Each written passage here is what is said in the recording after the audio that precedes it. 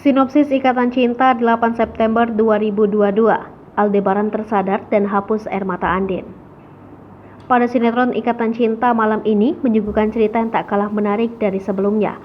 Pada episode sinetron Ikatan Cinta nanti malam, diceritakan tentang kehadiran Andin buat Al terharu. Malam ini Al akhirnya tersadar dan menghapus air mata Andin. Andin yang melihat suaminya terbangun dan langsung menghapus air matanya pun langsung tak kuasa menahan tangisnya lagi.